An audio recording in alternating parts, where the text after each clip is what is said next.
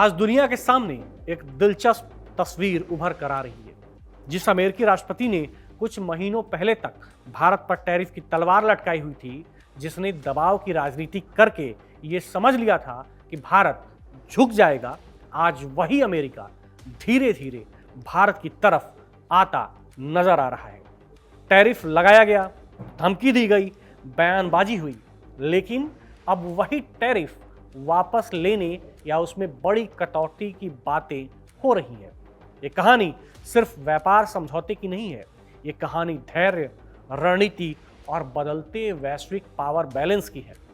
भारत और अमेरिका के बीच trade deal को लेकर अब तक 6 दौर की बातचीत हो चुकी है। कई बार ऐसा लगा कि समझौता बस हो नहीं वाला है, लेकिन हर बार अंत में कोई न कोई पेच फंस गया। इसके बावजूद अमेरिकी राष्ट्रपति डोनाल्ड ट्रंप लगातार ये दावा करते रहे हैं कि भारत से पॉजिटिव डील जल्द फाइनल होगी। ट्रंप के बयानों का अंदाज हमेशा एक जैसा रहा, पहले दबाव, फिर आत्मविश्वास से भरे दावे। इसी दबाव की रणनीति के तहत अमेरिका ने भारत पर 50% तक का टैरिफ थोप दिया। मकसद साफ था, रूस से तेल खरीदने को मुद्दा बनाकर भारत को घेरो, आर्थिक दबाव बनाओ और फिर बातचीत की टेबल पर मनचाही शर्तें रख दो। लेकिन भारत की कहानी यहां अलग मोड़ लेती है। अंतर्राष्ट्रीय ब्रोकरेज फर्म नोमुरा की ताजा रिपोर्ट बताती है कि अमेरिका द्वारा भारत पर लगाया गया 50% टैरिफ अब संशोधित हो सकता है और इसे घटाकर करीब 20% तक लाया जा सकता है। यह सिर्फ एक अनुमान नहीं है, बल्कि इस बात का संकेत है कि अमेरिकी दबाव नीति वैसी कामयाब नहीं रही जैसी सोची गई थी। नोमुरा का मानना है कि भारत अमेरिका ट्रेड डील 2025 के अंत तक फाइनल हो सकता है। हालांकि अभी इसे लेकर अनिश्चितता बनी हुई है। बावजूद इसके शेयर बाजार और वैश्विक निवेशकों को भरोसा है कि दोनों देशों के बीच समझौता देर सवेर जरूर हो जाएगा।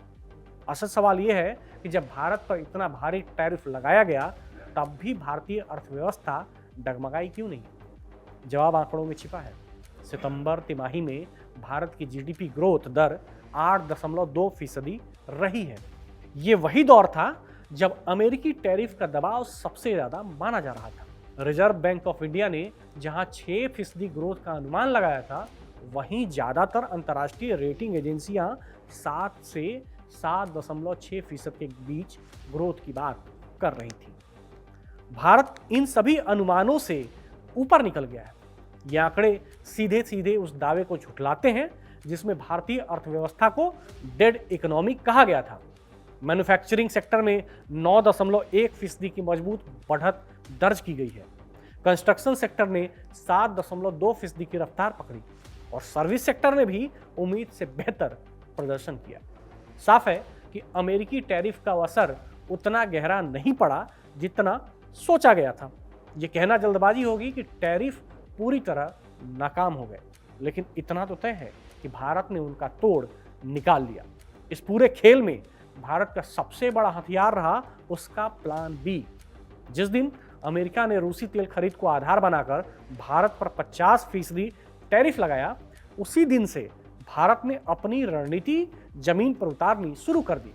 सरकार ने तय कर लिया कि अगर विदेशी मांग पर थोड़ी चोट लगती है तो घरेलू मांग को इतना मजबूत किया जाएगा कि कुल अर्थव्यवस्था पर असर ही न दिखे। यही वजह है कि खपत, निवेश और नीतिगत सुधारों पर जोर बढ़ाया गया। आयकर में बड़ी राहत दी गई और 12 लाख रुपए तक की आय को टैक्स फ्री कर दिया गया। इसका सीधा असर आम लोगों की जेब पर पड़ा। खर्च करने की क्षमता बढ़ी, बाजार में डिमांड बनी रही और अर्थव्यवस्था को अंदर से मजबूती मिली। ब्याज दरों में कटौती की गई, कैम्पेक्स को बढ़ावा दिया गया और इंफ्रास्ट्रक्चर प्रोजेक्ट्स की रफ्तार धीमी नहीं होने दी गई। ये सब मिलकर भारत का वो प्लान बी बना जिसने अमेरिकी टैरिफ के असर को काफी हद तक सीमित कर दिया। निर्यात के मोर्चे पर भी भारत ने जवाब अपनी शर्तों पर दिया। सितंबर महीने में भारत का कुल निर्यात 6.75% बढ़ा, जबकि अमेरिका का भेजे जाने वाले सामान में 11.9% की गिरावट आई। इसका साफ मतलब है कि भारत ने अमेरिका पर अपनी निर्भरता कम की और नए बाजारों की तरफ रुख किया। मूडीज की रिपोर्ट बताती है कि अमेरिका द्वारा कुछ भारतीय उत्पादों पर 50% तक टैरिफ लगाने के बावजूद भारत अपनी एक्सपोर्ट ग्रोथ बनाए रखने में सफल रहा। करीब 50 नए देशों के साथ व्यापारिक बातचीत चल रही है और यह दर्शाता है कि भारत ने अमेरिकी दबाव का विकल्प पहले से तैयार कर रखा है।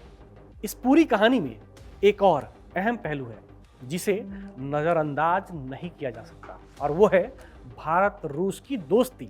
अमेरिकी रणनीति का एक बड़ा हिस्सा ये भी था कि भारत को रूस से दूर किया जाए। माना गया कि अगर रूस से तेल खरीद को लेकर आर्थिक दबाव डाला गया तो भारत अपनी रणनीति बदलेगा, लेकिन ऐसा नहीं हुआ। भारत ने साफ किया कि उसकी ऊर्जा सुरक्षा और रणनीतिक किसी भी दबाव से ऊपर है। भारत और रूस के संबंध वैसे ही बने रहे जैसे पहले थे। न दोस्ती कमजोर हुई, न साझेदारी पर असर पड़ा। यहां अमेरिकी धमकी की असल परीक्षा हुई और यही वो बेअसर साबित होती दिखी। अब हालात ये है कि वही अमेरिका जिसने कभी 50% टैरिफ के जरिए भारत को झुकाने की कोशिश की थी, आज उसी टैरिफ को घटाने पर विचार कर रहा है।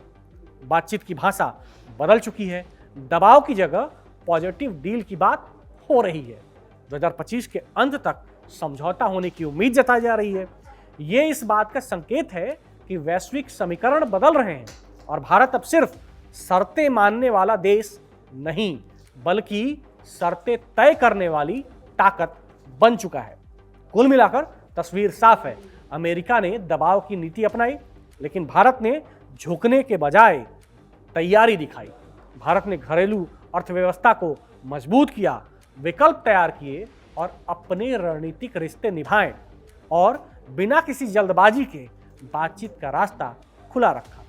नतीजा ये हुआ कि ट्रंप की रणनीति वैसी सफल नहीं रही जैसी सोची गई थी और आज हालात ऐसे हैं कि अमेरिकी राष्ट्रपति भले ही ऊंची आवाज में बयान देते रहे, लेकिन असलियत ये है कि अमेरिका को धीरे धीरे भारत की तरफ ही आना पड़ रहा है।